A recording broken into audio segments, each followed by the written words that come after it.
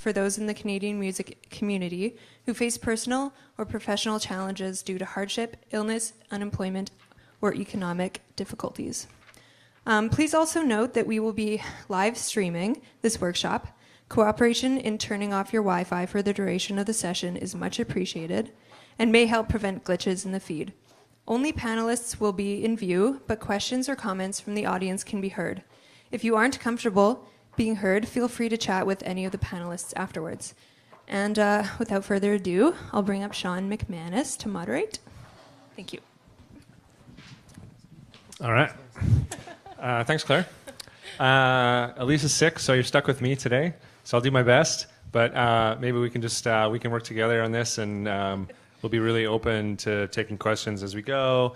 And Erin and Tim have done this lots before, so hopefully we can just keep it fairly conversational. We are using the mics, even though we're in a small room here for the streaming and everything like that. So not to blow you out of the water, but here we are. So today we're talking about presenting the story.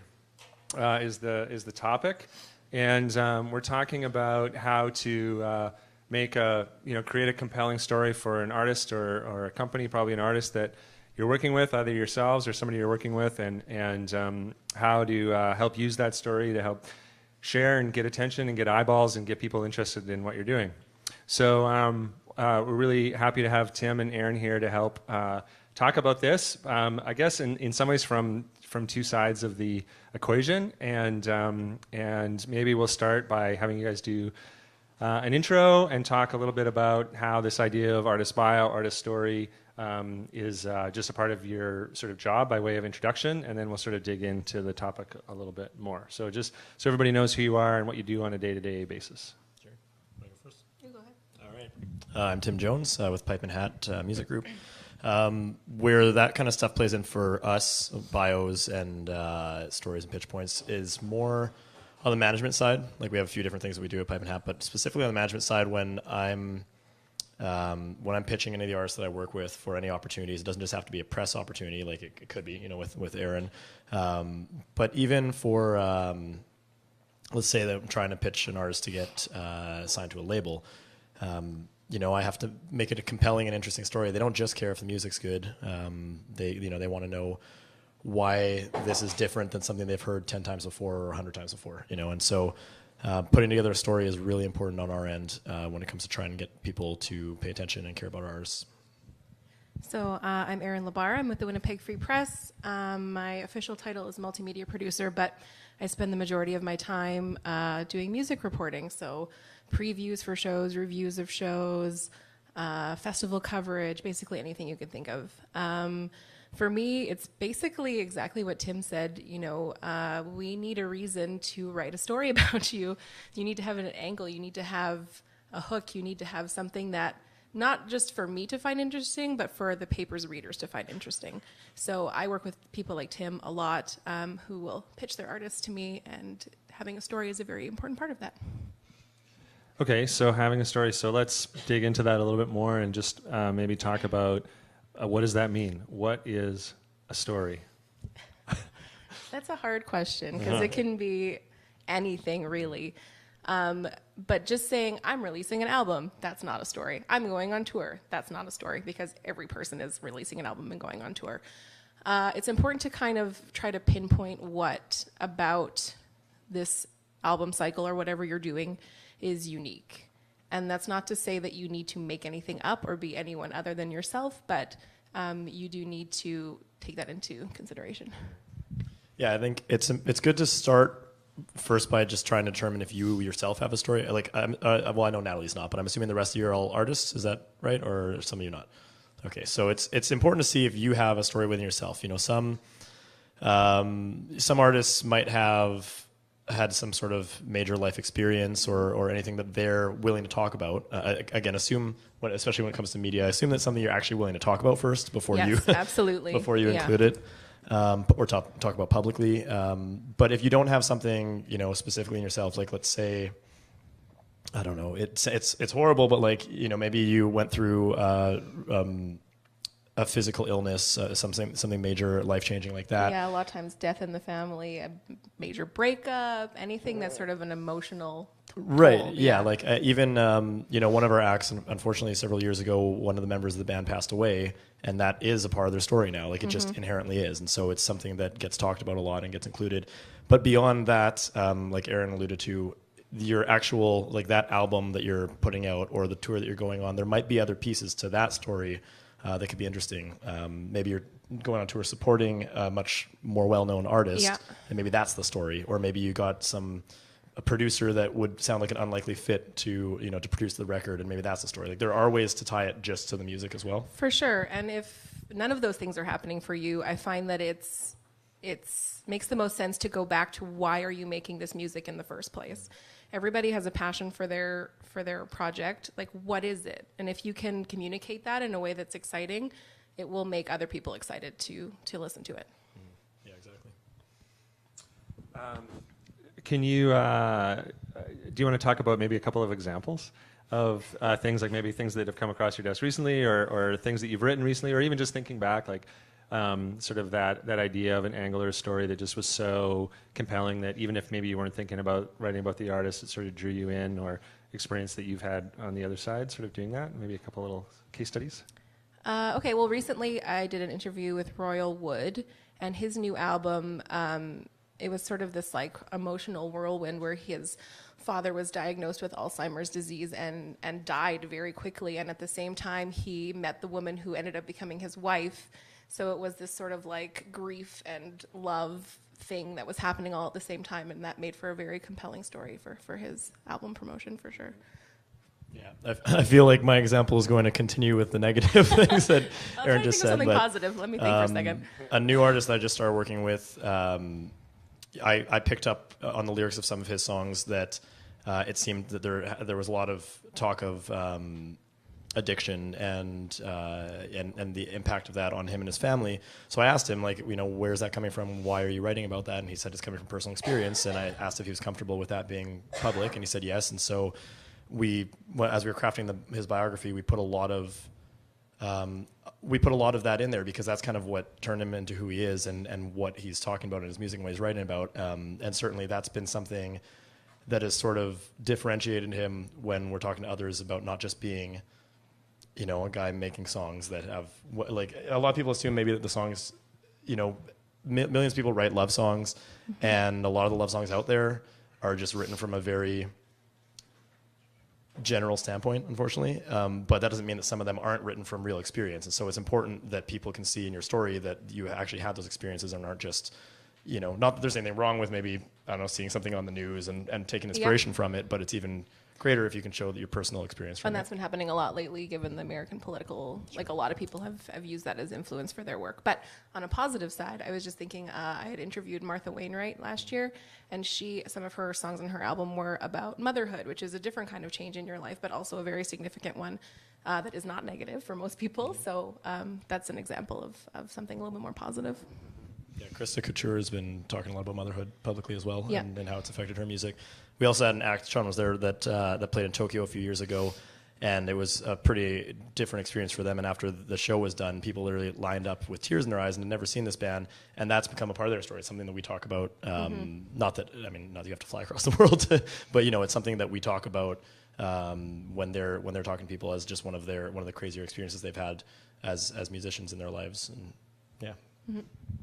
So can you talk a little bit about just the mechanics of how this works then? How does the story, how are you getting the story, getting people to actually learn about it and hear about it and want to know more about it? And Erin, for you, like, what's the usual, are you sort of getting these stories mostly, pitched on the phone from a publicist or mostly by email, or how do you get to the point where something actually resonates and strikes? What are the day-to-day of how this works? For me, it depends on who we're reaching out to. If let's say it's for media, typically we'll send a bio and a press release, or the publicist will. And the bio might have an overall story for the artist, and then the press release will have a more condensed version that'll speak specifically to whatever it is we're trying to get attention on. So if it's a tour or a record. But if I'm pitching to other industry, I might truncate that and just take select items that would pertain to them. That might just mean sending them like just a short list of career highlights, and maybe that's the version of the story that they see, rather than sending them a 700-word bio that they might not have time to read, or whatever the case is. So it depends who we're reaching out to. Yeah, for me, I get dozens of press releases every day from local media across the country, a lot of touring stuff, obviously. They always send a bio, they've done the hard work for me in a lot of circumstances. They've spoken to their artists, they've developed a pitch, they've developed the story, and they said this is what we're presenting to you. This is a possible angle for you to take. And then it's kind of up to me whether that's the route that I decide to go down, whether I decide to do the interview at all, or whether if I know the artist, if I know that there's something else in there that I want to go for. Yeah, that's pretty interesting. The publicist would pitch some kind of angle, and you end up in an interview with something and goes a totally different direction. Yeah, that happens sometimes, where you kind of start with a specific sort of thought process, and then they'll mention something at the end of a question, and you're like, hold on a second, back up a little bit, let's talk about that. Because sometimes they don't even realize what they've just said could be a whole other door to something else. Yeah. I mean, a lot of the work that I do involves face-to-face communication with people, often in situations where it's literally that sort of idea of an elevator pitch. It's very quick conversations, maybe in social situations, or maybe in quick meetings or whatever. And that idea of being able to distill that story down into, I mention an artist and someone's going to say, what's interesting about them? Right. And then I have 45 seconds to hook them into thinking that this artist is interesting and I want to know more. And for me too, in the work that we do, like having that sense of what is that artist's story, what is the thing that's different than just, they sound like this other band, or this is what they just did, or whatever. In that sort of elevator pitch mode can be a really valuable part of the toolkit as well. Yeah, and also a very valuable part is getting to know people like Tim and people like myself, because if I get a pitch from Tim or other PR people or management that I work with in the city, and they say, hey, this is someone really special, please take a look at this, like, I trust their judgment and I trust what they're saying. Because, they come across even more artists than I do, because I get sort of the filtered pool. So if he's saying, this is someone special, can you please take a look, then I will. Right. So on the mechanics side, part of the mechanics is networking, that for trusted sure. voice, Yeah. and those networks. Yeah. You mentioned. There's a couple different things that came up there that I want to. So I'll try to remember these different threads. But you mentioned. I'm curious about how this story can fit with, or should fit with, or if it does for you guys, with the overall sort of brand, I guess, of the artist, with the. In your case, if you're going to run an image in the paper, or if you're sort of looking for something, is this story connected to things that are beyond just the story? Is it connected to the image of the band, maybe what the photos that they're using, maybe what the record looks like? Is it part of a bigger strategy than just what the story is? Yeah, I think it should all tie together in some way. If you, let's say that part of your story was that your day job is to be an accomplished stand-up comedian, but then your images are all very dark and brooding and don't convey that, but you're trying to tell everyone how funny you are. It would be a little bit of a disconnect, and it might be a bit confusing in that regard, right? As much as I hate the term build your brand, you have to build your brand. You have to be consistent, because especially if you're a new act and you start trying to do all these different things, it's confusing for the people that you're trying to bring in. And what about in terms of the idea of sort of the artist bio versus the project bio? The artist bio versus this is the thing that's happening right now. How do you guys deal with that issue? Well, okay, so we create a lot of materials and assets so that we basically, Erin said, it makes our job easier. The way we look at it is it leaves very little for interpretation. You can't assume that whoever you're sending stuff to is going to do a bunch of research and dig up on you. And then the worst thing is if they do that and they find stuff that's really old that you don't want to talk about anymore, and then that ends up, being what they're talking about. So we'll do the bio, and for all of our artists, we'll have 4 different versions of the bio. So we have a long version that's usually between 700 and 1,000 words, a medium version that's around 500, a short that's like 250, and then a capsule bio, it's like 50 words. It's usually used for like festivals and things like that. And then if there's a release that's coming out, we'll also have whoever is the primary writer, or if there's multiple writers, we'll have them actually write a paragraph on each song and what each song is about and why they wrote that. And then we'll also, of course, have lyrics and things like that. So I tend to try to make sure that we've provided a lot of information, because we've done enough of these things where we know kind of what the questions are going to be in a lot of cases.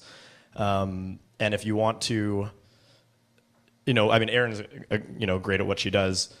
I wish I could say that about every single journalist that we've ever encountered, but sometimes the questions can be pretty canned. And if you want to get the most that you can out of it from a PR standpoint, you want to be responsible for sort of directing the conversation during an interview. If there's things that are important that you want people to read about you, and in order to do that, the more information you can provide, the better. So we usually create all those materials in advance.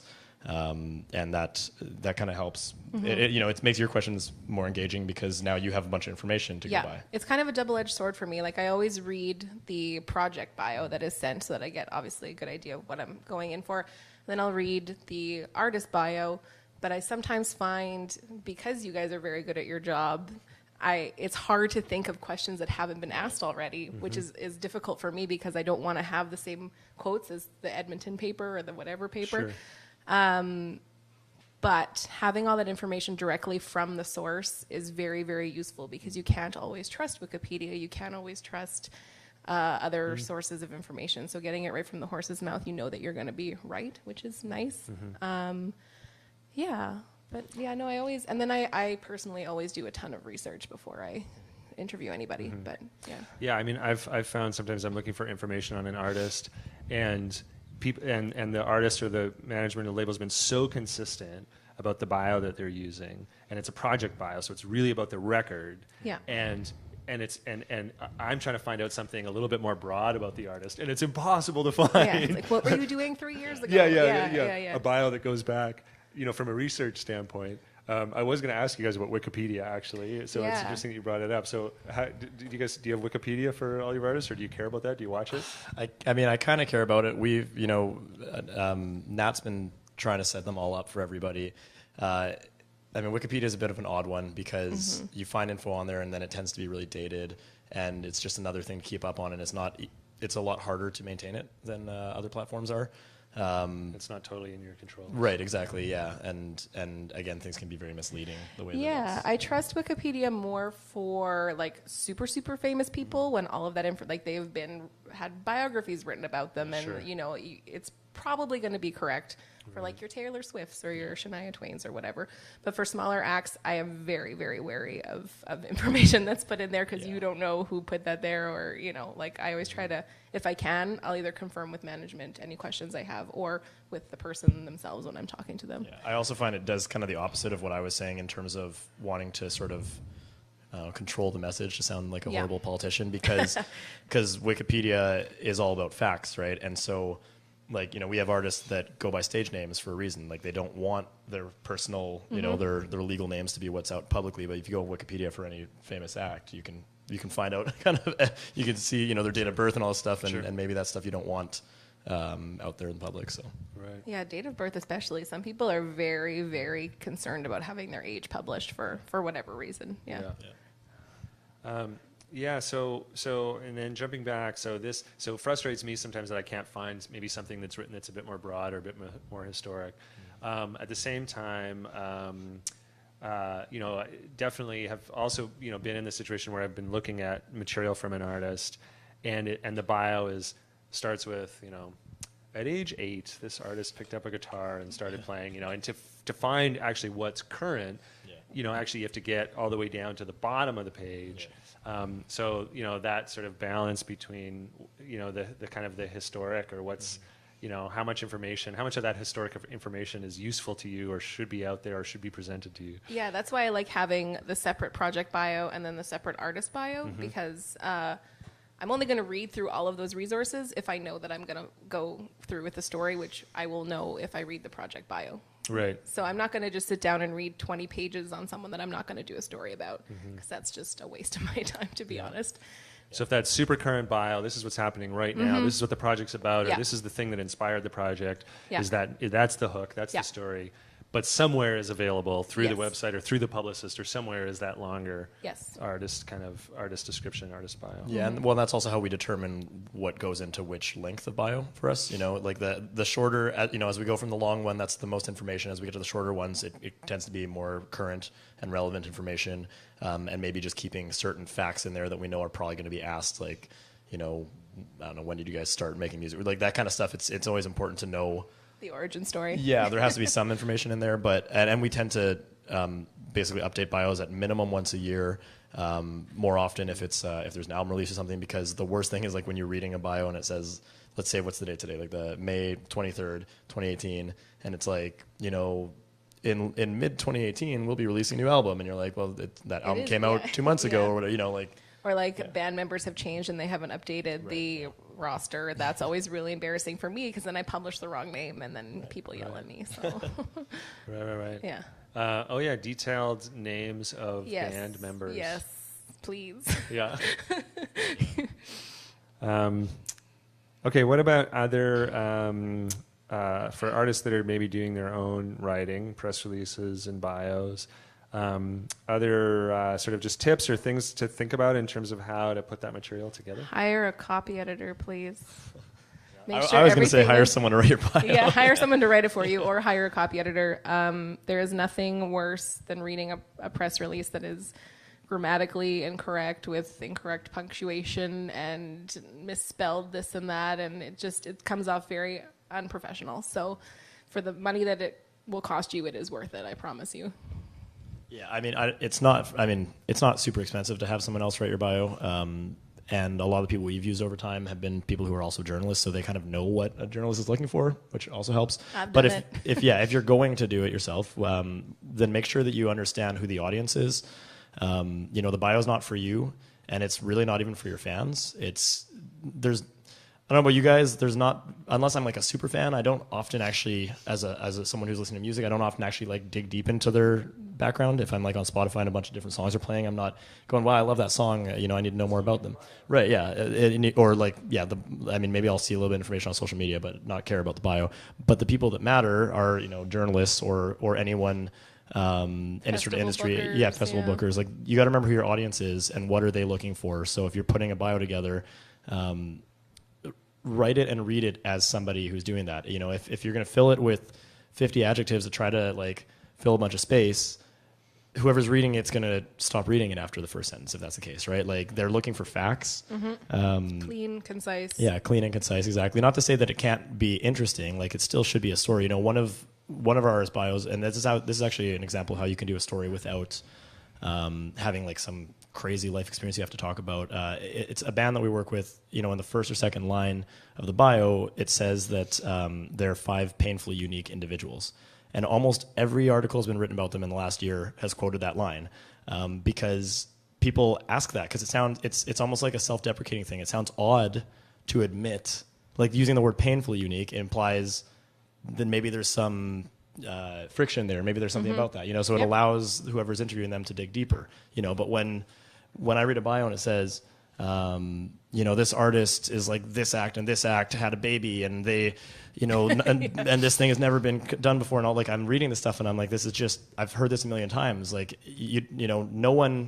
no one is the best at anything. So when the bio reads like that, and then I go and listen to music and it's not the best, then I'm kind of like, oh, that was very misleading. Like, you really need to keep the facts in there. So. I haven't looked at the audience much. Do you guys have questions about this stuff so far? Natalie? Anyone? Well, sure, yeah. Or I'll just repeat the question so that it's on the Facebook. So go ahead. Yeah, I was just wondering what you think about, like, either the press kit or the questions and answers, the Q&As. I'm finding that my artists are being asked almost by everyone, especially when they tour. Here are 10 questions or 20 questions, and honestly, some of them are so inane and so even offensive, borderline.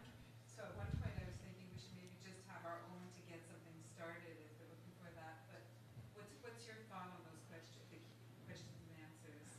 Okay, so for the Facebook.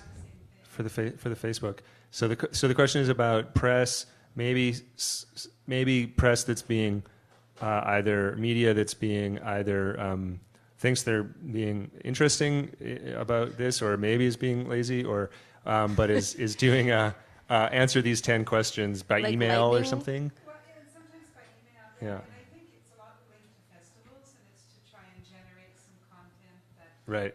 Easy content. Good Manitoba Yeah, we do. Yeah. sugars, right? Yeah. So it's not a bad thing. Here's 10 questions that maybe are not even related to what you do. Like, what's your favorite? Oh, okay. I What's understand. your favorite brand of apple or something? Yeah. And is that respectful to the artist, and should they bother doing that? Should we be creating our own content around that? Ah, I That'd see. be useful. That's more the Right. So the artists and managers creating some quirky content like that, either Q&A stuff or adding it to the bio, Yeah. for example. right. Okay. I don't see anything wrong with that. For me, I don't personally don't find that information incredibly useful, just because it's not the kind of questions that I would typically ask. But if you're posting it on your social media or your website or whatever, fans tend to respond to those kind of questions very well, because they think that they're learning something unique about their artist that they love. You know, like, oh, I know his favorite food is avocados. Like, oh, it's cool. But for me personally, I'm not interested in learning those things. So it would be more for the audience than for the media or journalists, whoever's doing the interviewing. Yeah, I mean, I agree with that. I find those things not, with the exception of the Manitoba Music one that Erin and I filled out. I find those things, they can be a little bit irritating. I'm kind of with you, Natalie, in that if you created one yourself and then you provide, basically I would say yes, create one yourself, and then when people send you those questions, just be like, we've already done the legwork for you, because Then you don't waste the time of your artist. yeah. Yeah. Yeah, or change the questions. Yeah, because the issue that comes up, I find, with the artists, and we talked about earlier, I know everyone hates this word, but staying on brand. The issue I find with those questions is that they're trying to be quirky to get something different out of you. But if, as an artist, if maybe that's not a side of you want to show, then you end up in this weird place where you're like, hey, well, I'm supposed to answer this question, but I don't really want to tell people, that I secretly watch Teen Mom all day. And so maybe you... How did you know? so maybe you... maybe then the artist ends up answering it sarcastically or something, and that doesn't really benefit anyone either, right? And that also doesn't come across in print very well either. Sarcasm does not work in print. Yeah, so guys. people assume it's a true answer. Yeah, exactly. I think the idea of creating your own or responding by saying, hey, we've changed some of the questions, because I think ultimately, like Sean said, they're just kind of trying to look, one, it could just be laziness, but also maybe they're trying to get a little bit of character and do something different. So inherently it's not a bad thing. It's just... I find them as a manager very frustrating, especially when I'm trying to make the artists fill them out, and they're like, "Do we have to do this?" What do you hate about Canada? Wow, that's great. That's a loaded question. Yeah. I'm not going to answer that. It's totally fine about Canada Council. Yeah. Where are the opportunities for assistant leaders to grow? Yeah. That's a weird question. Oh, there were a few. Yeah, 20 of those. What do you think about the process of? So we talked about having outside help for the mechanics of writing, like a copy editor, right? At the very least, a copy editor. Somebody else, hire somebody, or use a friend or somebody who's Just good at that. another pair of eyes. Yeah. Yeah. Yeah. And the idea of even hiring somebody out to do the writing in general. And what about the idea of actually exploring and testing what the story is, or what the story might be? Have you guys sort of used outside people to kind of figure out, or tested a few different ideas to sort of figure out what is this story here that's going to resonate? I mean, I don't know that I guess inherently we have used outside people, but it's just because, we've got a team of people for our artists. So typically once that bio is done, we send it to the publicist and to the agent and to the label. And so we have a bunch of eyes on it, and someone will probably say hey, this is really weird, or don't include that. But just kind of, backtracking our question a bit there, another reason why I think it's good to have someone else do your bio, or at the very least someone else involved when you're doing it, even if you're writing it and you have someone there, is that they can probably pull the story out of you. There's things about yourself that you might not consider that interesting, but when someone else is doing it, they're basically interviewing you just like a journalist would, and then they're taking that information and writing about it. And with that that new artist I was talking about earlier, who where we focused a lot about his family issues, I sent him the bio when it was all done, and he said, wow, I'm a lot more interesting than I thought I was. Because he was actually shocked to read it, because his bio prior to that was literally like one paragraph of, saying that he plays at venues in Winnipeg. Like that, there was like nothing to it. And he didn't realize that there was stuff there that people would be interested in hearing about. So Right. Also, that's like a writer's job. Like that's what we're trained to do, is to make things that you might think are boring sound really fun and cool and interesting. Right. So if that's something you're concerned about, then hiring a writer will be invaluable to you. Yeah. Not to say it's not good to, there's something to be said about being DIY, and obviously there's a cost associated with hiring people and everything else. But like, ultimately, if you want something that's going to be professional and that's going to be put in front of people and get attention, unless you yourself are a writer, just like there's probably lots of skills that you have that you wouldn't want someone else doing. To me, it's really simple. You get people that are good at what they do to help you, and usually it'll increase the effectiveness of that thing. And if it's effective and it goes well, then that ends up being something that probably you're talking about a lot, right? It's going to be the thing you get asked about. It's going to be the thing you do interviews on. It's going to be something that you're going to want to be really comfortable being able to be the thing that represents the project, or the thing that's... Right. And that one document is what you're going to be sending to every newspaper, every media outlet for the entirety of your tour cycle. Yeah. So it's a good investment. Yeah. Right. Yeah, it's not just a one-time use. Like you're going to have that for months and months and months, maybe years, depending on how long you're touring that record. Well, yeah, and you can also, you might have someone put the whole thing together for you, but then over time, if the majority of it is information that'll stay relevant, you can just edit it yourself over time to make changes to it. So it's not like you don't have to, every year you don't have to get a complete overhaul and a brand new bio, because most of the information in your life is going to remain relevant, right? So. Other things about bio specifically? Yeah. Or no, anything. Go ahead. I just wanted to know what you like to hear in an elevator pitch with someone that you haven't talked to before. So the condensed version, if we're bringing the story down to that sort of elevator pitch idea, or that what the lead is in the press release or the bio, what should we foreground? What should we put right in that pitch? Well, okay, so assume whoever you're talking to, like in that pitch or in any kind of pitch, assume that they've never heard of music and know nothing about you, and that you want them to be interested solely based on the words they're about to hear or read. If you think of it that way, like, because if I start reading those words or if I'm talking to someone and they don't say something that intrigues me, I'm probably not going to go listen to music after. So this is like potentially your chance to get someone to pay attention to your music. So in that pitch, I mean, dilute it down to the things that you think are the most compelling about what you do. What makes you different or better? When someone says this act sounds like the Sheepdogs, I think, well, do they sound better than the Sheepdogs? Because if they don't sound better, we already have the Sheepdogs, and or do they sound different? Are they doing that but with a twist? So there has to be something that makes it compelling enough. If you meet a total stranger, imagine being on the other side of it. If a total stranger comes up to you and was like, you should check out what I do, your question is, well, why? So you have to be able to answer that question. Yes, answering the question, why should I care about this, is a very important thing to think about. And I personally am not a fan of the comparative, like, this band sounds like this. I feel like it's kind of lazy. I don't need to know that you sound like the Sheepdogs. Like, tell me what you sound like. Like, explain it to me, not using a comparison. Yeah. Agreed.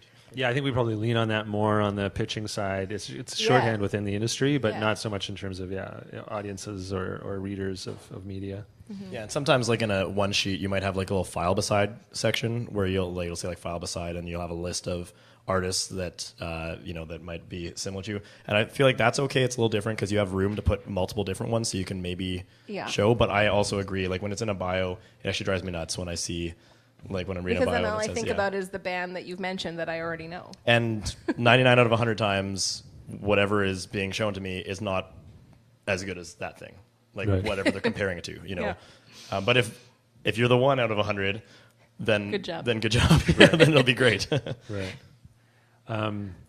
Yeah, I mean, I think there's a lot of bios, especially with newer bands, that will start with something like, these four friends were like messing around in the basement and, wrote some songs and Never heard that before. That's super unique. Brand new. yeah. Yeah, that's not enough to be interesting.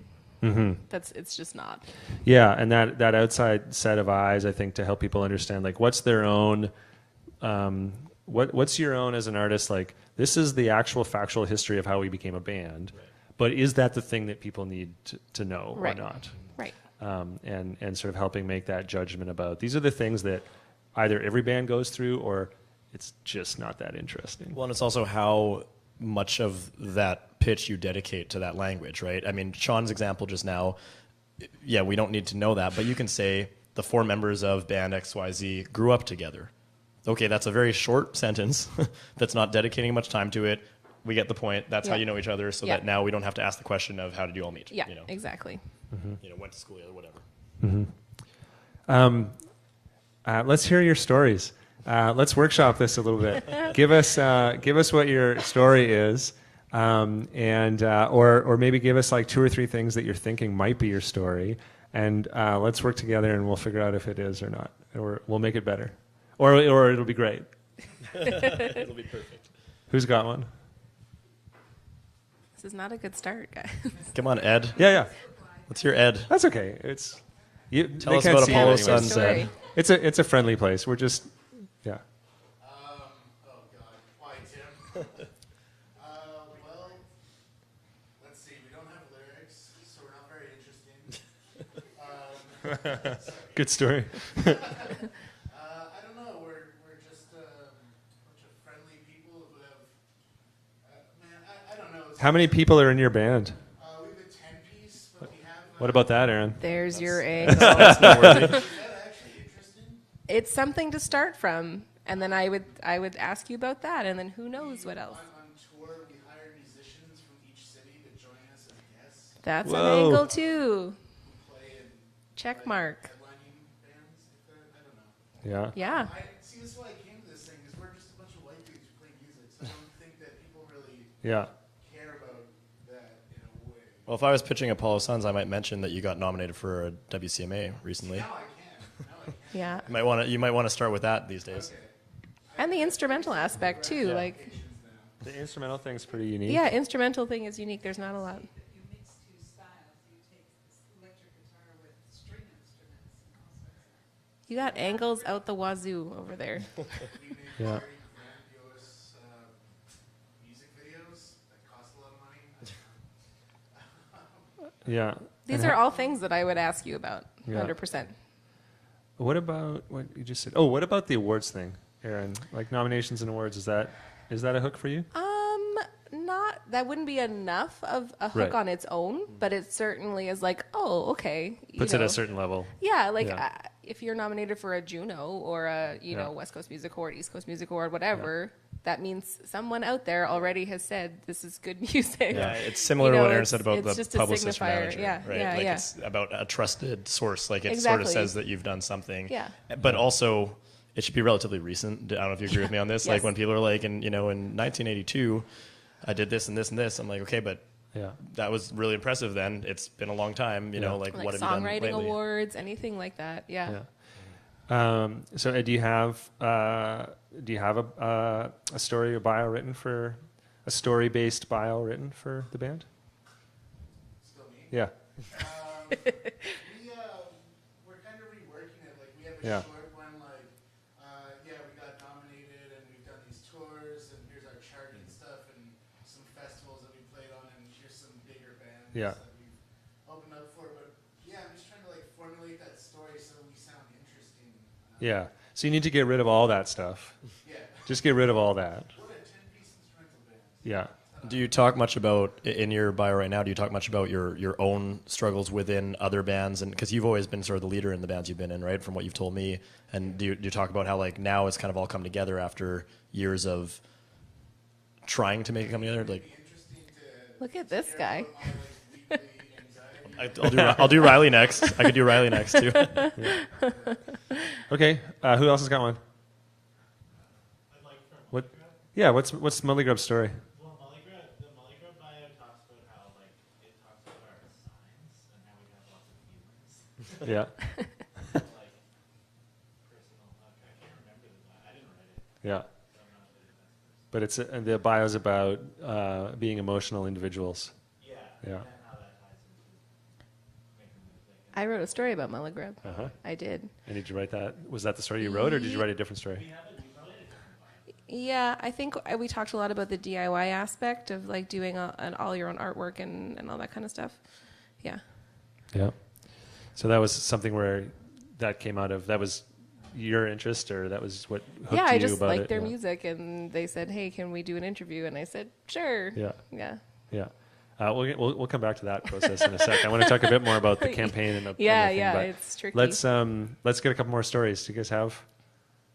What's the story? Two brothers and the mother and dad. Okay, that's a pretty good story. Yeah. Yeah. Family. We definitely have to update it for sure. Yeah. It's been a while since we have, and of course we have all our own things in there, like Sound Lake or been together for so long. Right. Which is good stuff to have somewhere. But yeah, so maybe you're thinking about not necessarily scrapping what you've got, but keeping that on an artist page somewhere. But then figuring out what that story is that's at the foreground that you want to be sending out to people. Family, country band, family oriented. Yeah, for you, I think the origin story would actually be your best route. You know, talking about when the kids started playing instruments and singing, and how you got started, and when you decided to become like a family band kind of thing. That for just Yeah, I and think. it's also not one size fits all. Like, don't get rid of, like, when we were talking about it's not that interesting to say, like, we all, we're in a garage together, whatever. I would say it's pretty unique to have a mother and two sons in a band together. Yes. I've seen siblings pretty often. I've seen, what's that group with the Jansen boys, like the father and the two sons. Yeah. But it's actually, I can't even think off the top of my head of a mother and two sons. So, I mean, in your case, it might be really good to have in there, like, that, you obviously, your brothers, you grew up together, but like talking about when everyone started playing music together and all that. Yeah. You going? Yeah. My parents, I didn't get nominated for Juno, but my parents did. Yeah. It's kind of interesting, I guess. Yeah. The lineage. Yeah, they were in a country band, and I, in high school, joined their rap crew, which is completely different from my parents. So the rebellion story. Erin? Yeah. Yeah. Yeah, absolutely. Rebellion. I grew up in a Mennonite family, so it's just kind of odd for me to be rapping. Yeah. And being in that group. So I guess that's where I started writing, was for that. And what are you doing now? What kind of music are you doing now? Like, it's kind of jazz, R&B. Right. But like everything you just said made me interested enough to want to hear the music. Yes. Legitimately. Like you saying that okay, your parents were nominated for Juno, that is noteworthy. And there might come a time where you don't want to use that as your angle anymore, where you personally, like, want to... Once you get nominated for for Yeah, Juno. yeah, yeah. Right. Yeah. But I mean, use what you have. That's the sort of thing, right? But the fact that it was for a country Juno, and then you were making hip hop music already, and then the Mennonite, like the fact that you're Mennonite making hip hop music and have parents who got nominated for a country Juno. Yeah, there's a lot there. For There's sure. enough there that Yeah. I would say, okay, I just out of curiosity, I have to hear what this sounds like now. Mm-hmm. All right. Who else? We'll get to Mennonites in our band.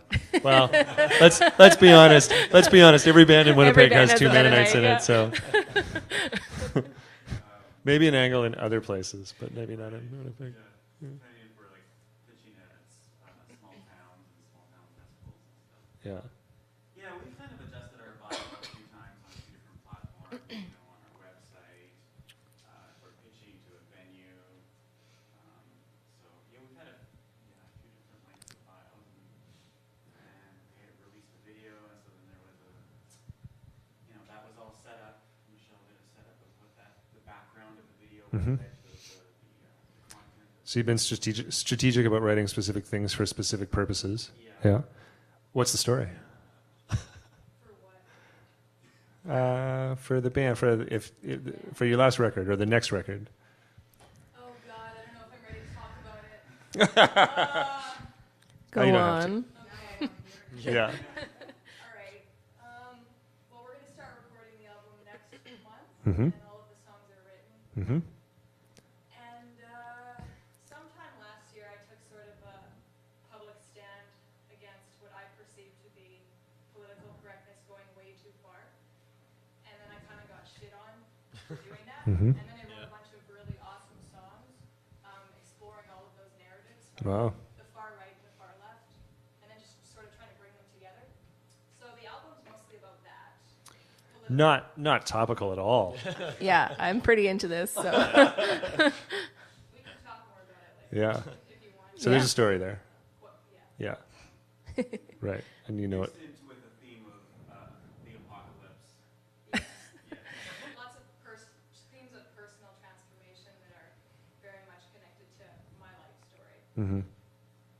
Great. but written through the lens of other characters. Mm-hmm. Yeah, that all sounds pretty interesting. And I mean, we're all laughing a little bit, and Ed made some jokes too. Like, humor also is an effective tool. Like, when, again, if you're meeting someone, it's a great way to, again, you don't have to be self-deprecating, but like the fact that you started by saying, "Oh God, like, do I have to right now?" Like, that's something that'll immediately knock down people's barriers, right? If assuming we're, like, say, talking one-on-one, or even Ed's comment. Although I have seen it in other bios, but even Ed saying, like, we're just a band of a bunch of, like, average white guys, like. There's nothing wrong with kind of owning what you are. Like. yeah, no, 100%. And people respond to being genuine. Yeah. Yeah. Mm-hmm.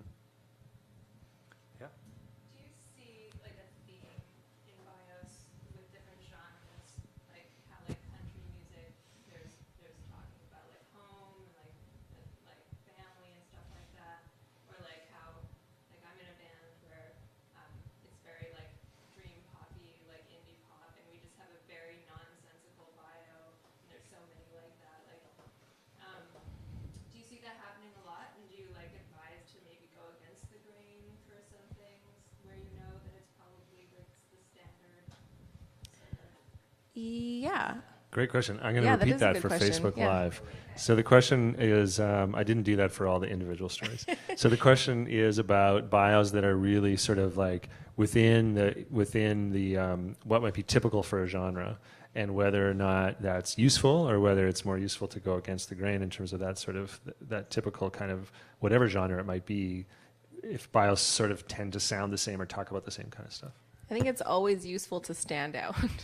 So you use country as an example, and yes, a lot of the bios are very similar language, similar themes, and all the artists start to blend together. Also, there's a lot of artists that have two first names, which make it very confusing. And then you mentioned your own bio is a little bit more quirky. Is there concrete information in there? There's nothing. There's in no there? concrete information in Yeah, the so bio. that's a So problem. that's not a good thing. We haven't written like bios or anything serious, so I think you can still kind of capture the tone of your band and your band personality while still creating a functional bio. I don't think it has to be formulaic, and I don't think it has to be so off the wall that it's not practical anymore. Like there's a way that you can exhibit who you are while still being useful to you in some way. Yeah, I mean, I'll just reiterate, like, just keep in mind who the audience is. If your bio is nonsensical and you send it to, a journalist, they're probably not going to be interested in interviewing you, right? Unless they think it's really hilarious, I guess. But, it shouldn't be formulaic, but there are certain items that just kind of have to be in there. First paragraph maybe is about the origin of the band. The next one can be about noteworthy accomplishments, and the next one could be what's coming up, whatever. project, There should still be certain things that are actually in there, and we're focusing a lot on a bio, but just the story in general. Like when we're talking about meeting people and pitching, doing your elevator pitch, all that kind of stuff. Like your story as a whole is conveyed beyond just your bio. It is in your image, it is in your in the videos you create and the music Social you make, media, right? yeah. And there's like little like mini stories and everything too, right? Like for one of our acts, we did some videos at the Burton Cummings Theater, and if you guys don't know, you can actually do that at no cost if you just reach out to them and talk to them. And when we filmed those videos there, we talked about like how are we going to promote these, and the band said, well, it's just the Burt. Everybody in Winnipeg knows the Burt. And I said, yeah, but we're not just showing this to everyone in Winnipeg. So when we were talking to international outlets about premiering some of the videos, we talked about the story of the Burt. Like we said, this is a century-old theater, known to be haunted. All this kind of stuff. Like we talked about that story and made that interesting to them. Because there's sort of stories within everything. You just have to kind of dig down to find it. I I want to come back to this nonsensical thing because I know that there's a lot of professional, like high-level touring artists who, not a lot, but there are some who have completely nonsensical stories.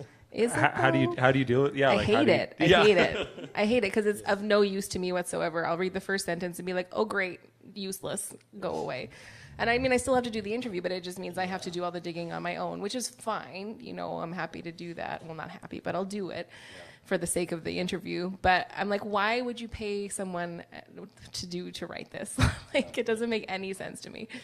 I mean, yeah, first of all, I would be irritated by it too. But the reason why it's different is because if we're talking about a big artist, it's what you just said, you can do the digging. Yeah.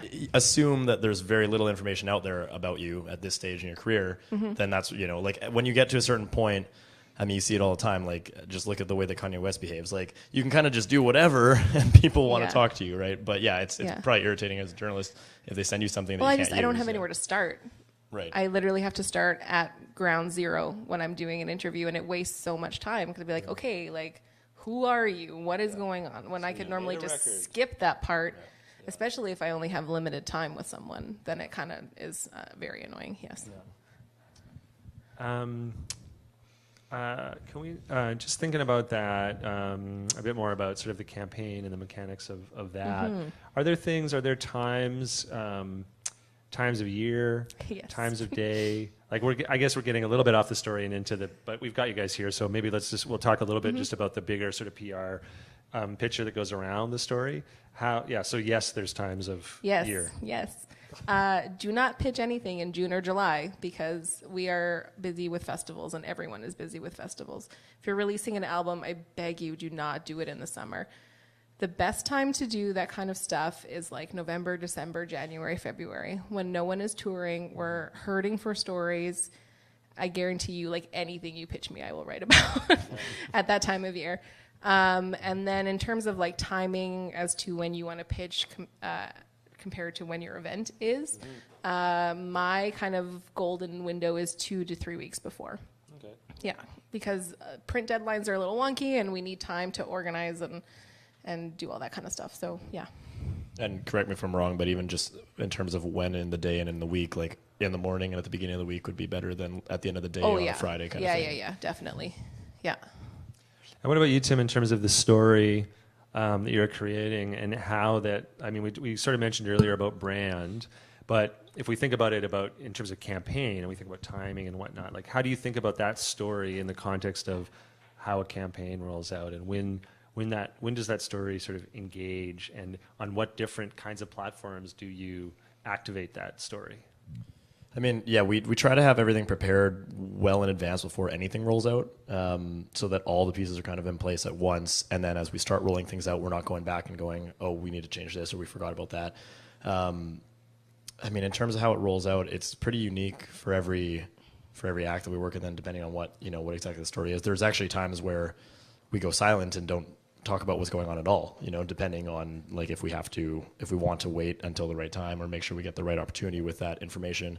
If it's an album campaign or a tour campaign, does what that story is then influence, for example, how you communicate on, like, is that just something for media, or does that influence how you communicate on social media and how you think about what else is going on with the band? Yeah, I think it affects social media. I think it affects kind of everything that you're doing. You want to make sure that you're consistent with the story, right? So if you're conveying things in a press release and in a bio that are inconsistent when someone goes and looks at your Facebook page or your Instagram, or inconsistent with, like, you were mentioning that your next record is very political or very, social. And then if all the content you have out there is completely counter to that, it doesn't mean you have to talk like only about that, but like if everything you have out there seems totally opposite of what the message is that you're trying to convey, that would be a bit misleading and polarizing, right? And people, like, if you think for a second people won't look you up, they will. Like, they'll look up and they'll find stuff. And even to that end, if there's anything out there that you don't think reflects on what you are today and you have control over it, you should remove it. If you don't have control over it, sometimes you can't. But I mean, we've sent messages to people who've put up videos on YouTube of some of our artists from 5 years ago and asked them to pull them down because they're not representative of the live show anymore or whatever the case is. And usually people say yes. Sometimes they don't. And would it be at the point where this story of the project, the story of the record, actually sort of influences how you think about making videos or making that other content? Yeah, I mean, like with all the Estimira videos we did these animated videos with a great animator from Winnipeg called Matej Radic. And the songs are lyrically, they're extremely dark. Like they come from a very dark place. But musically, they're sort of bouncy and upbeat. And so there's a really weird contrast there. And so for the videos, when we decided that we want to do animated videos, we wanted the character in the video to be very cute, but to have fairly morbid things happening to him, which basically echoes what's going on in the actual lyrics of the song and the song as a whole. And then that was stuff that the band talked about in interviews, but they also talked about on social media. Whenever a new video would come out, they would describe like why they went that route. And actually, to that point, since we had a third-party animator do the videos, or if you have a director, whoever, I also asked her to provide quotes on her creation process and what she wrote, and then we provided that when we were doing, like, say, a video premiere, in addition to just stuff from the artist. Questions about that campaign kind of stuff, PR campaign stuff, as it relates to the story, or not? Do you want to, Erin? Do you want to give us your like "don't do this" list? Sure, it's a long one. Do not DM me on Instagram or Twitter. My email and phone number are readily available. Any quick Google search will give it to you. Most people prefer to be contacted via email these days, but I've had so many people tweet at me and Instagram at me. And I'm like, this is just not. It's not the platform for this. No, not with a newspaper. Yeah. Maybe for like a more casual media outlet, it would be okay. But what else? I liken that to like going and ringing someone's doorbell. Like if I get a message on like Facebook or something like that. Especially because all my accounts are private, Right. So like Yeah, me too. It's a little and that's the awkward. thing. Like it's one thing if you messaged. I mean, it would be weird to do this to the Free Press, but to try to get a hold of you. But if it's one thing if someone messages, the Pipe and Hat pages. Yeah. But like when I get personal Yeah, that messages would be on weird. there, I'm like, 9 out of 10 times that person, I've provided them with my email address to begin with, or they have it somewhere else, and they think that it's a more personal interaction. But for me, it just feels like an invasion of privacy. Which I know sounds funny when you're talking about social media and how public it is, but like it's true. It does kind of, I do kind of liken it because I don't use my, like on my personal page, the few of you in here that do have me on Facebook, you'll probably notice I never post about any of my acts or anything. Maybe I should, but I don't, and so I don't use it for that. So it is kind of weird for me when people. Yeah, some of reach out that's like just that. organization, right? I These think- things belong in this box. That's and these right. things Right, belong and a lot of people just assume that you're always on, like you're always working, and like I don't check my social media and stuff when I'm not. I don't know. It just one thing I would like to reiterate that we kind of glossed over is like make sure that anything that you put in your press release or your bio is something that you are willing to discuss thoroughly. Because I've had that happen a couple times, and they were some of my worst interviews ever, where someone wrote a press release, clearly did not clear it with the band, on the phone with an artist, and I'm asking them all these questions, and they're going, "That's not true. I don't want to talk about that. Next question, please." 5 minutes later, I'm like, all right, I'm done. So just make sure that you're really willing to, because someone could grill you. They could. Yeah, I've got a really bad story of that happening just this past weekend. And you don't always know where people are going to use your bio, so it sounds silly, but you might actually want to confirm where they're going to use it, because the artist I was talking about that has that had like the family history that's very prominent in his bio. He just did a festival that I was at with him overseas, like on Saturday. And the host introducing everyone to the stage was just saying little tidbits about each artist, which seemed fair, And then when he got on, she read his entire long bio before he started performing, and it was incredibly awkward. And it was my own fault for not having checked how they're going to use the bio. I didn't expect them to do that. I figured they would take bullet points out of there. They didn't. They read the entire thing, and in a public space, it was an outdoor performance. 20 minutes later. 20 minutes later, he, feels like crying on the stage. It was just really odd. And so make sure you know where it's being used as well, because there's sometimes you might be totally comfortable with that information, in an interview, but maybe you don't think that right before you get on stage to do a show, somebody is going to tell your life story. Yeah, and one other don't is this is cheesy, but don't be scared to just email whoever and pitch your story. Like, a lot of people here don't think they have stories, but even just saying them out loud and us saying, yes, that's a story. You know, the worst thing you're going to get is a no or a no response. But especially locally, like, email me. We write about local people all the time. That's all I write about. So don't be scared to just shoot something out there and see what happens. Yeah. And don't underestimate or undervalue how incredible it is that we have Erin doing this work in Winnipeg, because it's not necessarily the case in every city across the country these days, that's for sure. It's really interesting. I think this idea that there is a story. There's a story there. Everybody's got a story. We're going on tour and we've got a lot of dates, or we've made a record and it's really hot, is not necessarily the story. Put yourself in that. Consider that everybody's got that, and then move on to what's different or interesting or unique about what you're doing.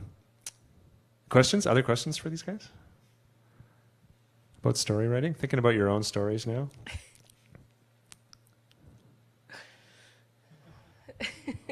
We're too good. That's all. Just answer everyone's questions.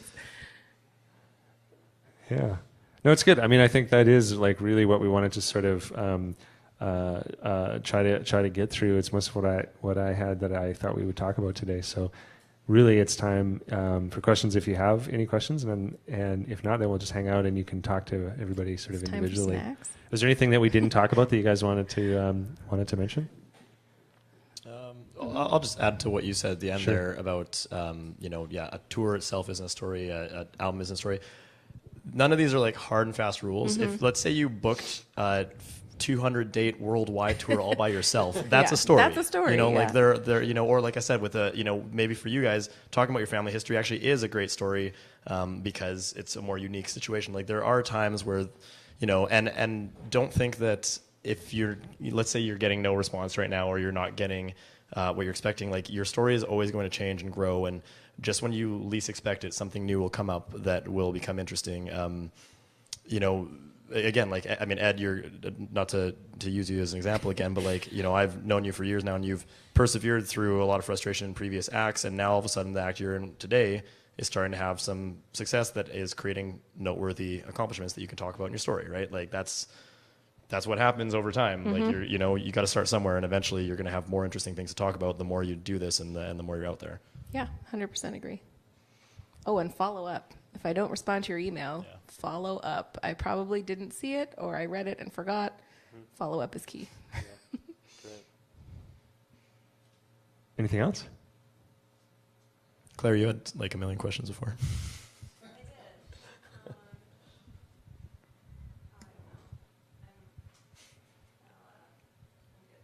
Okay.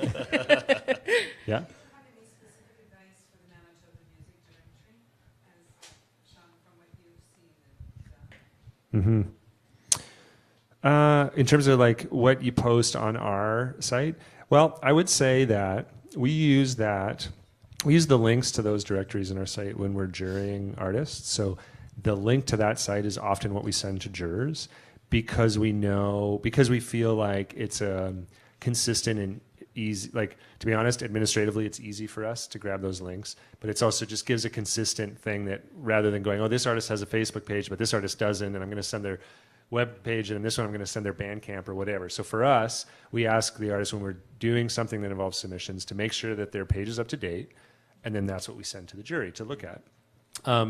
So with that in mind, I think it's what we've been talking about. Again, it's that, I don't think that the bios or the band stories that are on a site like ours, or on sort of that kind of a directory site, need to be super long and complex and have the whole band history. I think that the idea of keeping it updated to what that project story is really valuable.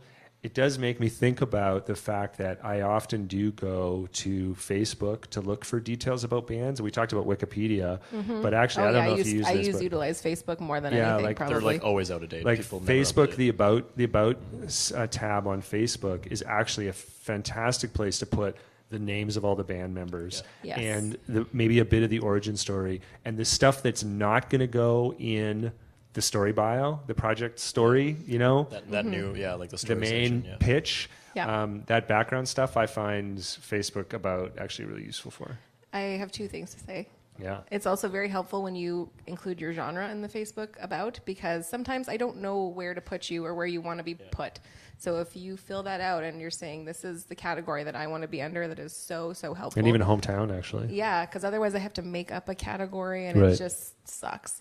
And then also Manitoba music bios, I use that site all the time to look up stuff for local artists that maybe don't have as thorough a presence. So that is an excellent resource for me. So it's also helpful if you keep that updated. Right. Yeah. Yeah. Just Great. keep everything updated. Like, Yeah. be organized. Put together a list of all the places where your information is out on the internet, and make sure that every time you update, whether it's a new bio, whether it's tour dates, whatever, think about all the possible places that could be and make sure they all get updated. Even the tiny little Twitter bio, right? Oh, 100%, Should be aligned with Yeah. your story. It's happening. Yeah, again, everywhere whenever we have else. a release coming out, we do a rollout. It's the worst thing in the world because we have to do it at like 2 a.m. when everything goes live and make sure that it's all, and we update all the platforms at the same time.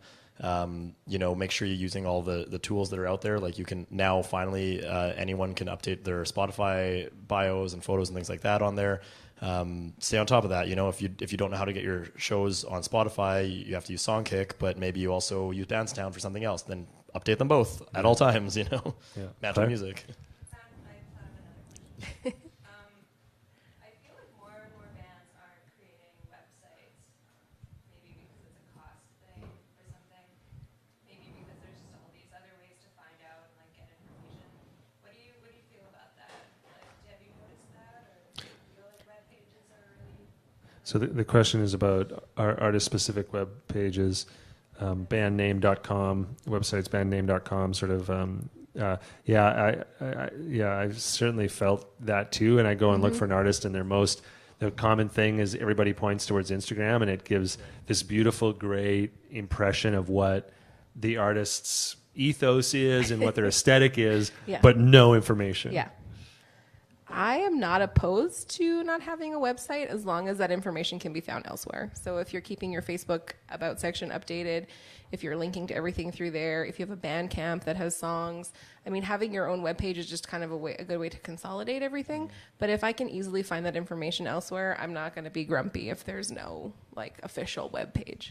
Yeah, But if all you can find is Instagram. Yeah, if all I can find is a bunch of black and white photos of pizza, then I'm not going to Then be you'll be happy. hungry, but- And I'll be hungry and grumpy. So I've noticed the same thing that you're talking about, that a lot of artists are moving away from it. I still like having an artist-specific website.